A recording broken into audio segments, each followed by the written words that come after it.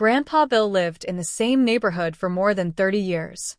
He was a quiet man who loved simple things like fishing, repairing old furniture, and tending to his little garden. But what he loved the most was his old pickup truck. The truck was rusty, its paint faded, and its engine rumbled loudly whenever he turned the key.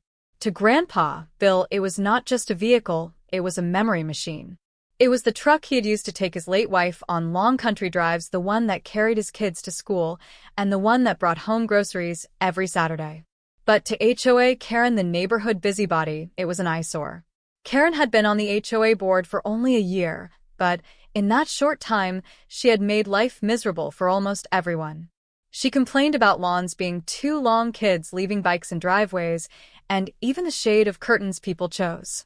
When she noticed Grandpa Bill's truck parked in his own driveway, she acted like she had found the crime of the century.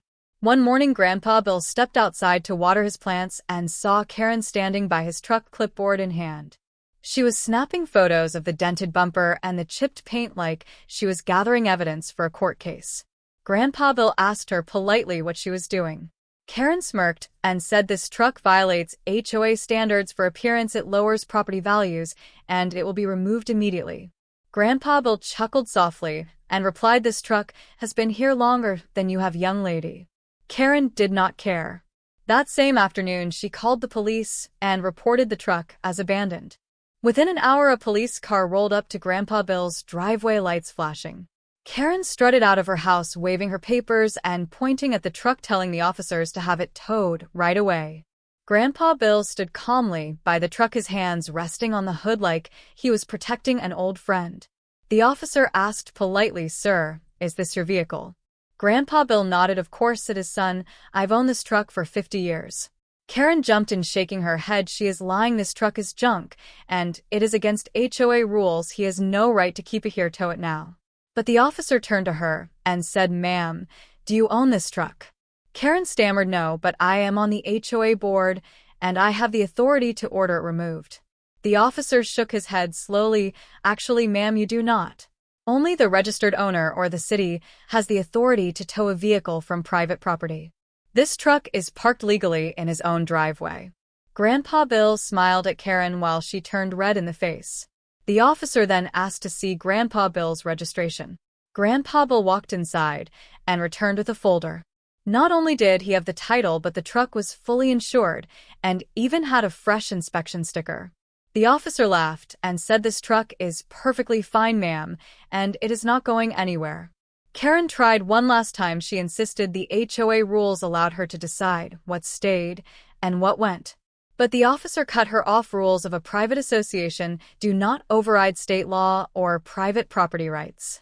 Grandpa Bill leaned against his truck and grinned. "You hear that, Karen? The tow was never yours to give." The neighbors who had gathered around began to clap and chuckle. Some even pulled out their phones, recording the whole scene. Karen stormed back into her house, slamming the door behind her. Grandpa Bill gave the officer a firm handshake, thanking him for his time. Then he turned back to his truck and patted the hood, whispering, "Looks like you are not going anywhere, old buddy." The neighbors stayed a while longer, sharing stories and laughing about how Karen had finally been put in her place.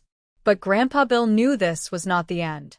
Karen was the kind of person who never let go of a grudge, and he could already see her peeking from behind her blinds, planning her next move. The very next morning, Grandpa Bill was out on his porch sipping his coffee when he noticed Karen pacing in her yard. She was on her phone, talking loudly, waving her arms like she was giving orders to an army. Grandpa Bill just chuckled and went back to his coffee. But he knew trouble was brewing. Later that day, Karen marched across the street again, this time with a folder stuffed full of papers. She handed Grandpa Bill an envelope and declared, "This is an official HOA violation. You have 7 days to remove this truck or face daily fines." Grandpa Bill calmly opened the letter and scanned it. It was filled with long paragraphs quoting obscure HOA rules about vehicle appearance and property standards. He looked at her and asked, "Karen, do you know what the law says about HOAs trying to override property rights?" Karen lifted her chin and said, "I know enough to make sure that Rust Bucket is gone soon." Grandpa Bill smiled and said, "Well, I know a little too." What Karen did not realize was that Grandpa Bill had a grandson named David. David was a lawyer who specialized in property law. That evening, Grandpa Bill invited David over for dinner. Over fried chicken and cornbread, Grandpa Bill explained everything Karen had been doing. David shook his head and laughed. Sounds like Karen does not know who she is messing with. The very next day, David drafted a letter on his law firm's letterhead addressed to the HOA board. It explained in clear terms that HOA rules could not force the removal of a legally registered vehicle parked on private property. It also warned that any further harassment would result in legal action against both the HOA and Karen personally. Grandpa Bill delivered the letter himself, sliding it under Karen's door with a smile. Karen read it later, and her face turned pale. For the first time, she realized she might have bitten off more than she could chew. Still, Karen was not ready to give up. She started telling neighbors that Grandpa Bill's truck was a danger to the community, that it leaked oil and could explode any moment. But the neighbors who had seen the scene with the police were no longer on her side. In fact, some of them were secretly rooting for Grandpa Bill. One evening, a group of neighbors even gathered in Bill's driveway admiring the truck. They told stories of their own parents and grandparents who had driven old pickups just like it. Karen watched from her window, furious that her plan was backfiring. Grandpa Bill just smiled, leaning against his truck as laughter filled the air. He knew Karen was running out of tricks. But deep down, he also knew she would try something new soon. And when she did, Grandpa Bill would be ready. A few days later, Grandpa Bill was working in his garage when he heard the sound of a tow truck rumbling down the street. He stepped outside, and sure enough, Karen was walking alongside it, waving her arms like she was leading a parade. The tow truck driver looked uncomfortable but followed her directions as she pointed straight at Grandpa Bill's driveway. Grandpa Bill calmly walked over and said, "Afternoon, son, what brings you here?" The driver shifted awkwardly and said, "Sir, I was called to remove this vehicle HOA order." Karen interrupted before Grandpa Bill could respond. She shouted, "Yes, take it away. It is an eyesore and against the rules." Grandpa Bill raised his hand and said, "Hold on, this truck is legally registered, insured, and parked on private property. You cannot just haul it off." The driver looked at Karen, then back at Grandpa Bill, and asked, "Do you have proof of ownership?" Grandpa Bill pulled out his wallet and showed the registration and insurance, both in his name, both valid. The tow driver frowned and scratched his head. "Sir, I cannot tow this if everything is in order." Karen exploded in anger, yelling, "What do you mean? I called you, and I am in charge here. This is my neighborhood." The driver looked annoyed. "Lady, I cannot break the law because you do not like the way something looks." Grandpa Bill gave a small grin and said, "Maybe you should check with the HOA board before doing anything further." Just then, David arrived, pulling into the driveway with a folder of papers. He walked up and introduced himself. "I am Bill's attorney and grandson, and if you attempt to tow this vehicle, you will be in violation of state law and liable for damages." The tow truck driver immediately stepped back and shook his head. "Nope, I am not getting involved in that."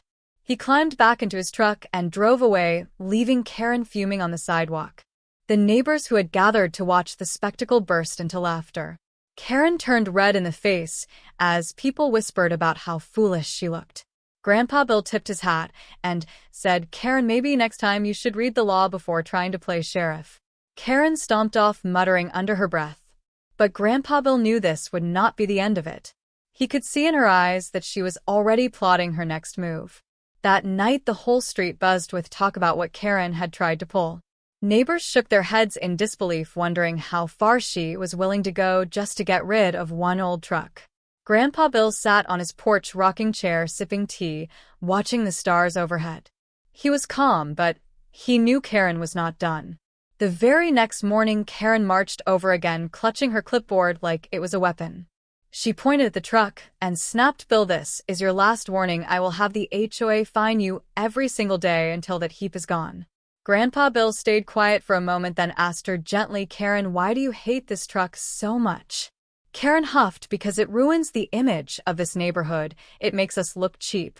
Grandpa Bill chuckled. "Well, Karen, maybe what really makes a place look cheap is people trying to control everyone else instead of minding their own homes." That remark stung Karen, but she tried to cover it up with a sneer. She turned and stormed back across the street, muttering that the board would back her up. Later that week, an HOA meeting was held in the community center. Karen stood proudly in front of the board, holding pictures of Grandpa Bill's truck as if she were showing evidence of a crime. She ranted about property values, about neighborhood standards, about how something had to be done. But then David stood up calmly in his suit and tie. He presented documents showing state law that protected vehicles on private property so long as they were registered and insured. He handed each board member a copy and explained clearly that any attempt to remove or fine Grandpa Bill would be considered harassment and unlawful action. The room went quiet. The board members exchanged uneasy glances. One of them finally spoke. Karen, it seems there is nothing we can do legally about Bill's truck. Karen's jaw dropped. She tried to protest, but the board cut her off. The chairperson said firmly, Karen, we appreciate your concerns, but we cannot risk a lawsuit. This matter is closed. The neighbors in attendance whispered, and some even smiled at Grandpa Bill, who just sat calmly in the back row. Karen's face burned red as she realized her plan had failed again. But still she clenched her fists and vowed silently to find another way. Grandpa Bill could see it in her eyes as she stormed out of the meeting. She was not finished, not yet. A few days later, Karen tried a different approach. Instead of calling the board or the tow company, she started filing noise complaints against Grandpa Bill. She told anyone who would listen that his old truck rattled so loud it disturbed the peace, even though the engine had not even been started in weeks. One afternoon, a pair of local officers showed up at Bill's house. They knocked politely and explained, we got a report of excessive noise coming from an old vehicle. Grandpa Bill raised an eyebrow and said, gentlemen, this truck has not left this driveway in over a month. The officers looked at the truck, looked around the quiet yard, and nodded, clearly seeing no issue. One of them even chuckled and said, sir, I think someone is wasting our time. They left without writing a single ticket while Karen watched from her window, fuming. That evening, several neighbors stopped by to check on Grandpa Bill, bringing cookies and words of support.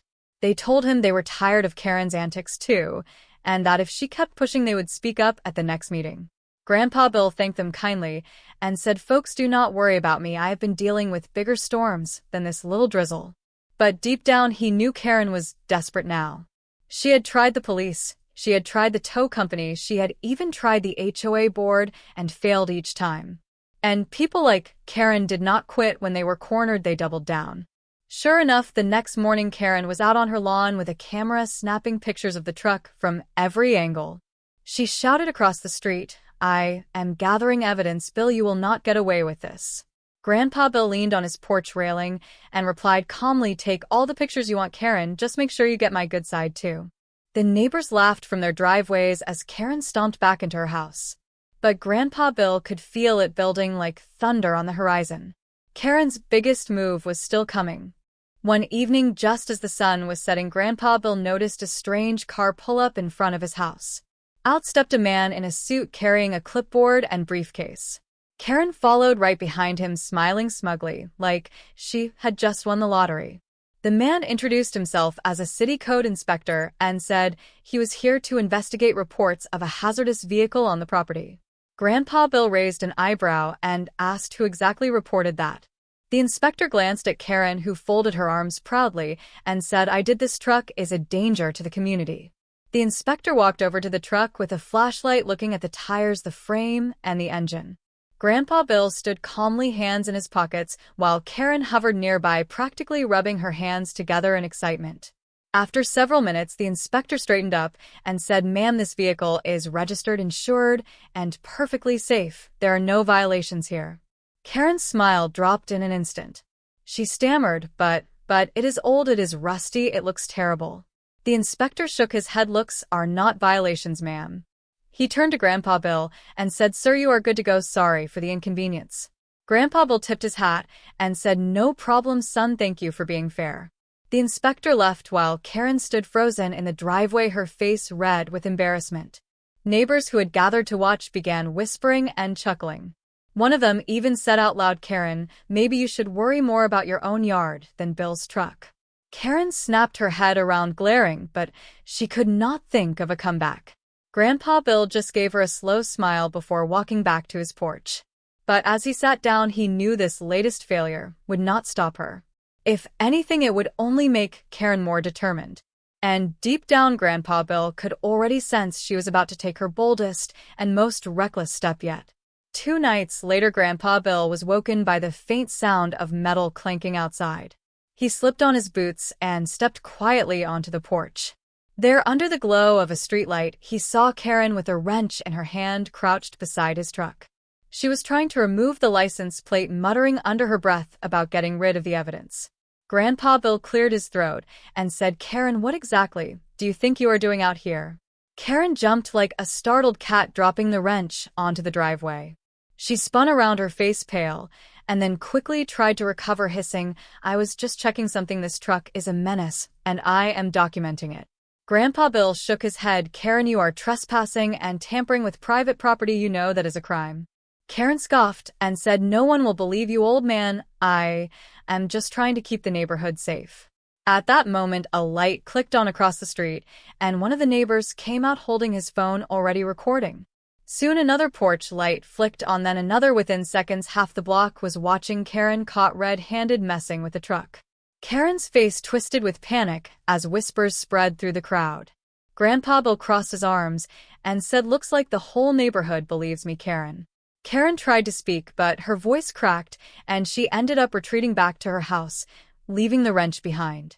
The neighbors shook their heads, some even laughed quietly before heading back inside. Grandpa Bill picked up the wrench, placed it on his porch, and sat down again with a calm smile. But he knew this was not the end. If Karen was willing to sneak around in the middle of the night, she was far from finished. And Grandpa Bill was ready for whatever came next. The next morning, the neighborhood was buzzing about what they had seen. Word spread quickly that Karen had been caught in the middle of the night trying to tamper with Grandpa Bill's truck. By the time the sun was fully up, everyone on the street seemed to know the story. Grandpa Bill sat on his porch sipping coffee while neighbors walked by, offering him knowing smiles and quiet comments of support. Karen, on the other hand, stayed inside with her curtains tightly drawn. But by midday, she came storming out holding another thick folder of papers.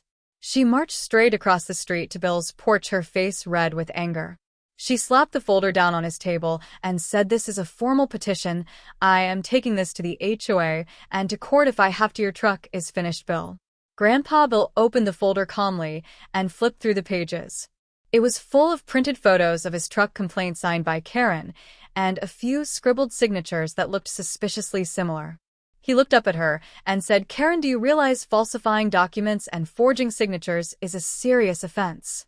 Karen stiffened but tried to cover it with a sneer. "You would not dare accuse me of that," she snapped. Grandpa Bill leaned back in his chair and said, "Maybe I do not have to accuse you. Maybe the board and the police will figure it out on their own." At that moment, David pulled up and stepped out of his car, briefcase in hand.